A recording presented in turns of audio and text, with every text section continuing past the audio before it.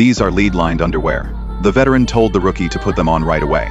This wasn't about hazing the new guy. It was about protecting his life. Whenever a soldier blew the whistle, dogs would come running with wagging tails. But what greeted them wasn't food. It was bullets. In a single day, a truckload of cats and dogs were killed. The bodies had to be buried 30 feet underground. Then they were sealed with concrete. The rookie couldn't bring himself to do it at first. His shot went wide because of his hesitation. The dog collapsed, howling in agony. Thankfully, the veteran came over and finished it with one shot. The veteran said they couldn't let the dog suffer. From that moment on, the new guy never hesitated again. But when he saw what was in front of him this time, he still couldn't handle it. He had to hand the dog over to the veteran. Then he ped outside to get away from it. Now, it wasn't just animals being killed. The people here couldn't stay either.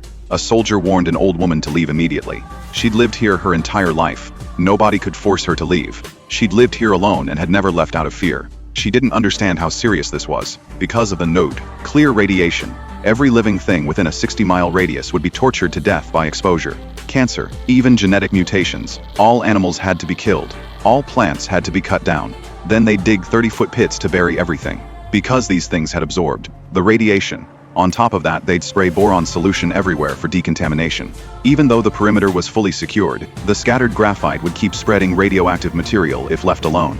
They brought in lunar rovers. They remote control the vehicles to push the graphite off the roof. But under the intense radiation, the machines quickly turned into piles of scrap metal. The cleanup operation was forced to halt. But with the graphite exposed to open air, radiation kept spreading outward every single day. Left with no other choice, the man spoke up with the only solution. Soon after, they mobilized a large number of soldiers. Every 4 men formed a team.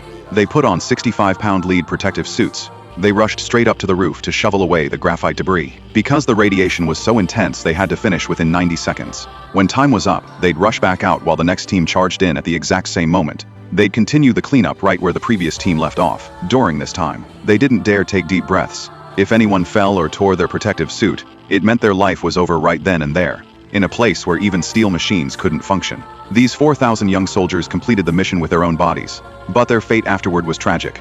Every single one of them lived with disease and pain, and none of them lived past 40. After clearing the graphite debris from the roof, no one could relax. The reactor core was still burning inside. It was melting through the underground layers way faster than they'd imagined. In about 6 to 8 weeks, the molten lava would reach the groundwater. Then, it would flow into nearby rivers. Everyone would end up drinking contaminated water.